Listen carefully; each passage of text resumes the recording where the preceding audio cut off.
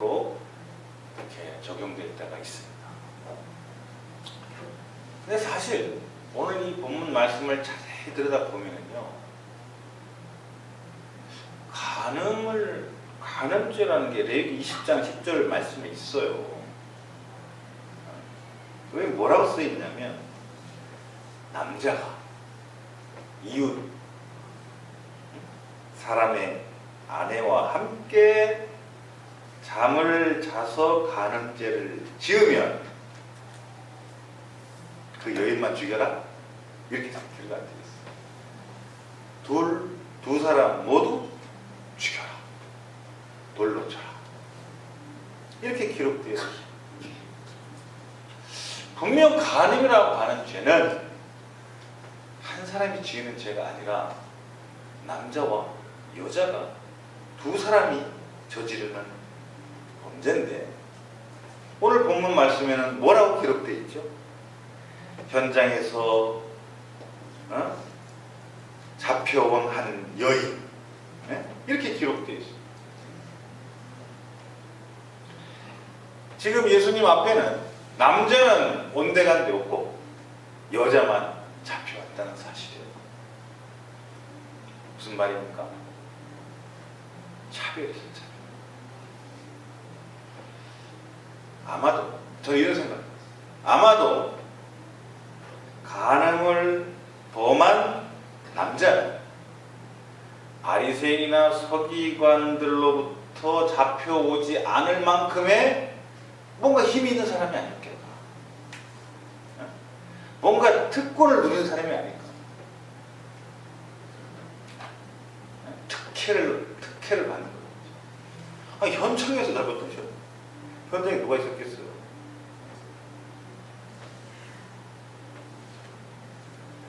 오늘날 우리가 사는 세상 속에도 이러한 여러 가지 차별이 있습니다. 송영중앙교회는 그런 게 없을 거예요. 그런데 가끔 보면 남자, 여자의 차별이 있어요. 아직도 있는 것 같아요. 요즘에는 여성 상위 시대가 돼서 오히려 남자가 더 여자보다 더 차별받는 시대인지도 모릅니다. 신분의 차별도 있어요. 어떤 사람은 높은 지위에 있는 사람, 어떤 사람은 이런 권리가 없는 지위에 있는 사람들, 이 신분의 차이가 있습니다. 빈부의 차별, 우리나라도 심각합니다.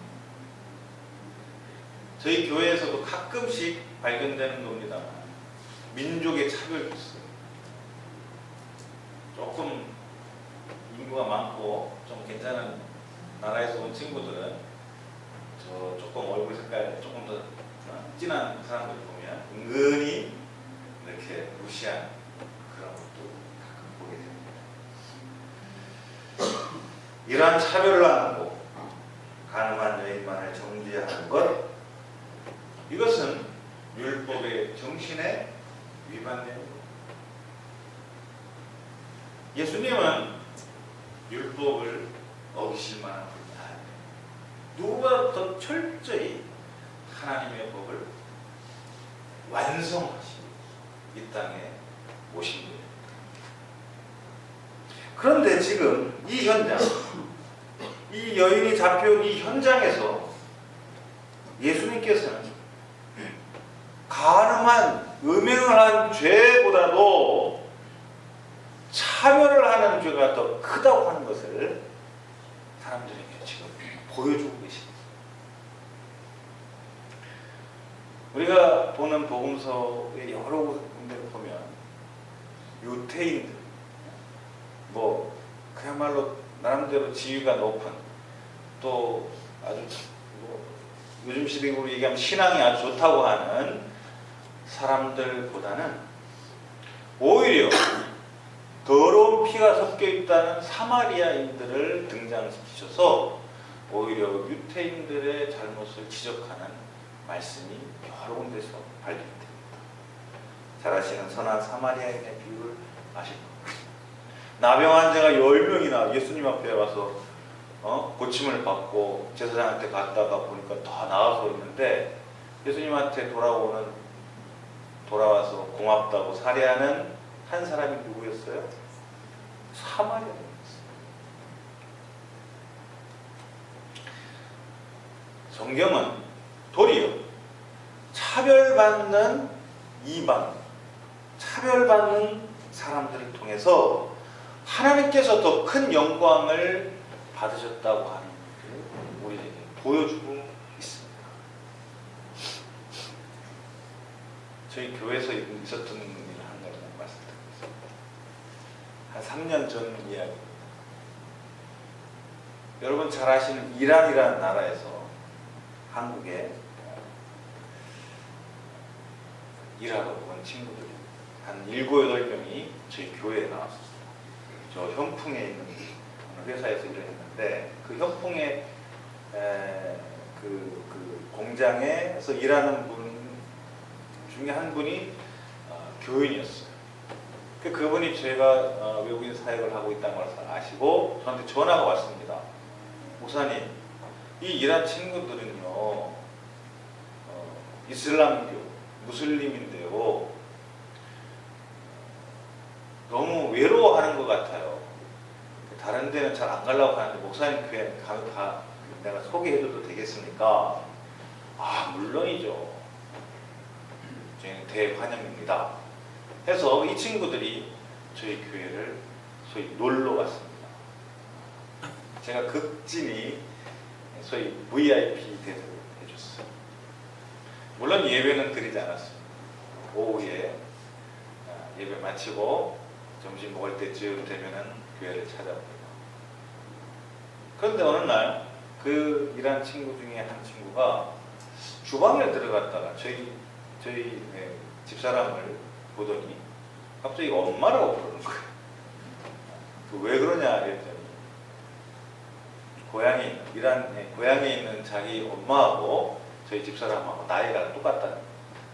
그렇기 때문에 나는 이제 한국의 사모님을 엄마라고 부르겠습니다. 그러면서 엄마 이랬는데 그러길래 제가 그 친구한테 그랬어요. 그러면 내 와이프를 엄마라고 부르면 목사님 뭐가 돼요? 당연히 아빠지요. 이제부터 아빠라고 부르겠습니다. 아니 넉살이 좋았어요. 이 친구가 교회를 오면 목사님 이렇게 안 하고 아빠 이렇게 하면서 한 2년 정도 정말 뭐 이렇게 호칭을 그렇게 불러서 그랬는지 모르겠습니다만 저희 아들들하고 또 형제처럼 잘 지내고 저희 집에서도 같이 잠도 자고 했습니다. 근데 그날 그 이후에 이 친구가 이란으로 귀국을 했어요. 귀국한 지 한 6개월 정도 지났는데 서울의 어느 선교단체 간사님이라고 하면서 저한테 전화가 왔어요. 목사님 고맙습니다. 왜요? 제가 이번에 단기 선교로 이란을 갔는데 무하마드를 만났습니다. 그 선교단체에서 그 무하마드라고 하는 친구 그 동네를 간 거예요. 우연히 간 거겠죠. 근데 이 친구가 그 한국에서 왔다 하니까 너무 반가워하면서 그 간사님한테 그렇게 얘기하더래요. 간사님, 저 한국에 아빠 있습니다. 한국말도 잘했어요. 우리 한국에 있는 우리 아빠가 목사님이에요. 그러면서 이 친구가 그 팀으로 간 단기 선교팀을 데리고 안내를 하면서 자기 동네를 이렇게 소위 축구 정도 하는데 안내를 했답니다. 그래서 그 가운데서도 그 아주 정말 속된 말로 꼴통 보수 이슬람교 이란에서 몇 사람에게 신앙 고백을 받고 돌아왔습니다.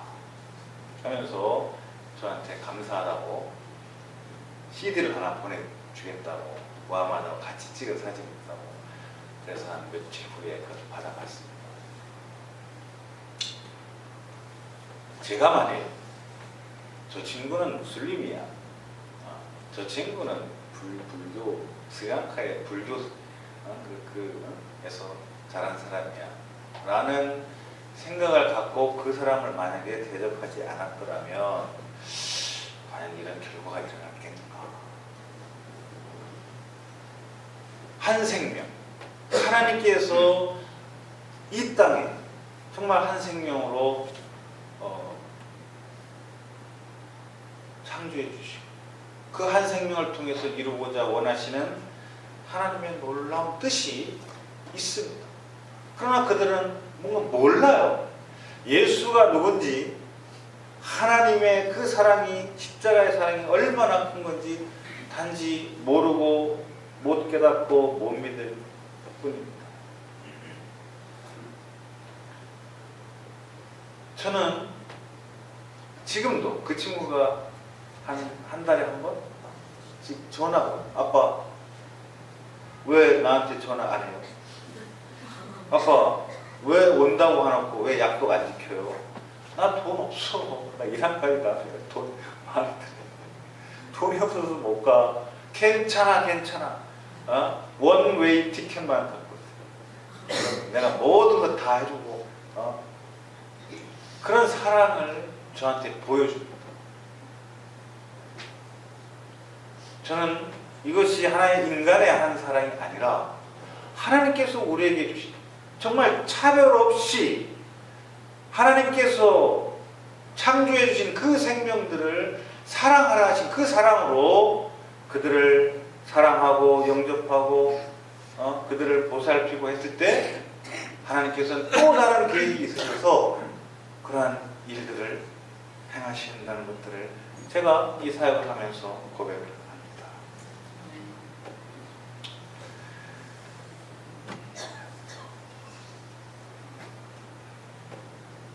오늘 요한복음 읽지 않았습니다. 요한복음 8장 15절로 이렇게 넘어가면 이런 말씀이 있습니다. 제가 쉬운 성경으로 하면 너희는 육체를 따라 너희는 세상의 표준을 가지고 판단하지만 나는 아무도 판단하지 아니하노라. 이런 말씀을 하셨어요. 예수님이. 그러면서 16절에는 뭐라고 말씀하시냐면 설령 판단한다 하더라도 나의 판단은 참되다. 이는 내가 판단할 때에 혼자서 판단하는 것이 아니라 나를 보내신 아버지께서 나와 함께 판단하시기 때문이다. 이런 말씀을 하십니다. 왜 예수님은 판단하지 않으신다고 하셨을까요? 그럼 과연 예수님께서 판단하시는 그 기준은 무엇일까? 그 하나님의 뜻이 어디 있을까? 저는 오늘 이 요한복음 8장 말씀을 통해서 하나님의 음성을 여러분과 듣고 싶습니다. 사람들은 누군가가 허물이 보입니다. 누군가의 뭔가 약점이 보여요. 누군가를 지배하고 싶은 생각이 듭니다. 그러나 예수님은 설령 저가 정말 가장 극형에 처해야 될 만큼의 죄를 범했음에도 불구하고 예수님은 그 죄보다 그가 죄를 질 수밖에 없었던 그 아픔, 그의 고통, 그의 서러움을 먼저 보십니다.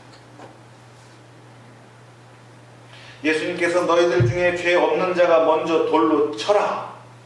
이렇게 말씀하실 때 그러면 예수님이 가늠한 여인의 죄를 그냥 슬쩍 넘겨버리시겠다는 겁니까? 아닙니다. 주님은 가늠한 자 중에서 남자는 오지 않고 오직 여인만이 잡혀온 것을 보시고 그 여인의 죄보다는 그 여인이 당했던 그의 고통이 얼마나 컸는가 하는 것을 먼저. 사람들은 그녀에게 손가락질하고 돌팔매질을 하지만 주님은 그녀가 겪어야 했던 차별의 아픔을 감싸주고 계신 것입니다. 오히려 그 여인을 차별하고 홀대하는 군중들을 향해서 분노하고 계십니다. 돌에 맞아 죽어야 하는 이 엄청난 범죄들을 저질렀지만 그녀를 성적인 놀이개로 여겼던 남자들의 이기적인 욕망, 그로 인하여 상처받는 이 여인의 비애, 함께 죄를 지은 남자의 신분과 죄가 어떠했는지는 모르지만 여자만을 붙잡아 와서 정죄하는 바리새인들과 서기관들의 그 편견과 이중잣대, 그것으로 인해서 더욱 고통받아야 하는 이 여인의 슬픔을 주님은 먼저 보고 계셨다. 저희 교회에도 나오는 외국인들이 한 90% 이상이 소위 말하는 불법 체류자입니다. 저희는 불법 체류자라는 말을 쓰지 않습니다. 미등록 노동자다 이렇게 말합니다. 불법 체류라는 말은 출입국 관리법에 이 사람이 비자를 연장해야 되는데 비자를 연장하지 못해서 출입국 관리법에 위반이 돼서 불법이 됩니다. 근데 세상은 불법 체류자 저 사람 잘못했다가 우리 한국 사회 너무 질서 문란하게 하는 거 아니에요? 저 사람 계속 있으면 우리 한국 노동자 일 못하게 되는 거 아니에요? 뭔가 사회적인 범죄를 일으키지는 않을까? 이런 시각으로 외국인들을 바라봅니다. 가끔 사장님들이 저한테 전화를 해요. 목사님 한국 사람이에요? 외국 사람이에요? 한국 사람입니다. 한국 사람이면 한국 사람 편 들어야지. 왜 외국인 그것도 불법 체류자를 보살피면서 그래가지고 되겠습니까? 그래서 저는 사실 불법 체류자만 그냥 보호할 정도가 아니고 그들을 그냥 위로해주는 정도가 아니고 저는 그 불법 체류자의 자들을 먹이기도 하고 재우기도 하고 그들의 가정을 아이들까지 다 보살피고 있는 사람입니다. 제 눈에는 그들이 불법 체류자로 보이지 않아요. 정말 가난해서 너무 가난해서 이 가난을 어떻게 극복해 보고자 그야말로 낯설고 물설은 외국으로까지 이주해 와서 12시간 막교대도 좀 안 해주면 사장님한테 나 좀 일 더 하게 해주세요. 돈 더 많이 벌게 해주세요 하면서 정말 애원하는 그러한 정말 우리 선량한 우리의 이웃성, 저는 그렇게 보입니다. 그런데 아직도 한국 사회는 외국인 노동자들에 대한 편견과 차별이 아직도 다 가시지 않은 것 같습니다. 제가 이런 말 할 필요는 없겠습니다. 사실 교회에서도 제가 전에 한 10여 년 동안 다녔던 교회에서 사역을 하면서도 가끔 교회에서도 그런 차별로 인해서 시험당하고 고통당하는 분들이 있었음을 보게 됩니다. 돈 많은 사람들, 가난한 사람 무시하는 경향이 있습니다. 오래된 신자들, 초신자들 조금 차별하는 교회가 있더라고요. 힘 꽤나 쓰는 사람들, 힘 없는 사람들 무시합니다. 저는 그냥 사람, 우리 인간적으로 그럴 수 있다고 봐요. 그러나 우리를 향해서 너희는 나의 백성이다. 그러면 우리는 하나님의 뜻을 따라서 살아가야 될 사람들입니다. 그런데 이 차별로 인해서 그냥 마음의 시험만 되면 괜찮아요. 특히 이 초신자들이 당하는 이 어려움들이 이 사람들은요, 교회를 나오다가 소위 오래된 분들한테 상처를 받잖아요. 그러면 아예 교회를 떠나. 그냥 교회만 떠나면 괜찮아. 떠나고 나서 소위 말하는 안티 크리스찬이 되지. 교회 자기들끼리만, 교회 있는 사람들, 교회 좀 잘 나가는 사람만 인정받는, 이러면서 막 교회를 욕하는 게 뭐겠어요. 하나님, 우리의 예수님의 그 십자가의 사랑을 완전히 오염시키고 차별하지 않죠. 하나님께서 어떤 사람은 동그랗게, 어떤 사람은 길쭉하게, 어떤 사람은 크게 작게 했지만 정말 하나님의 다 작품이잖아요. 그런데 어떻게 우리가 차별을 할 수 있겠습니까? 그래서 예수님이 제일 싫어하는 것 차별, 마귀가 제일 좋아하는 것 차별, 그렇죠? 비교하고 나는 너와 다르다 이러면서 그런 걸 마귀는 좋아합니다. 그래서 믿음도 떨어지게 하고, 교회도 떠나가서 교회를 핍박하는 그런 일들을 하도록 마귀는 우리의 심령을 괴롭힙니다. 예수님은 간음을 범한 그 여인의 죄를 판단하지도 아니하시고 오히려 나도 너를 정죄하지 아니하노라 이렇게 말씀을 하십니다. 이는 예수님은 죄를 범하는 그녀의 연약함과 부족함, 그녀의 고통과 서러움, 안 맺힌 눈물을 보고 계신 것입니다. 송현중앙교회 성도 여러분, 특별히 제1남성교회 오늘 헌신을 다짐하는 성교회 여러분, 송현중앙교회는 차별이 없습니다. 아멘. 송현중앙교회는 누구나 함께 하나님의 나라를 향해서 그리스도의 십자가를 증거하는 교회입니다. 사실 우리가 언제 예수님의 사랑을 느껴요?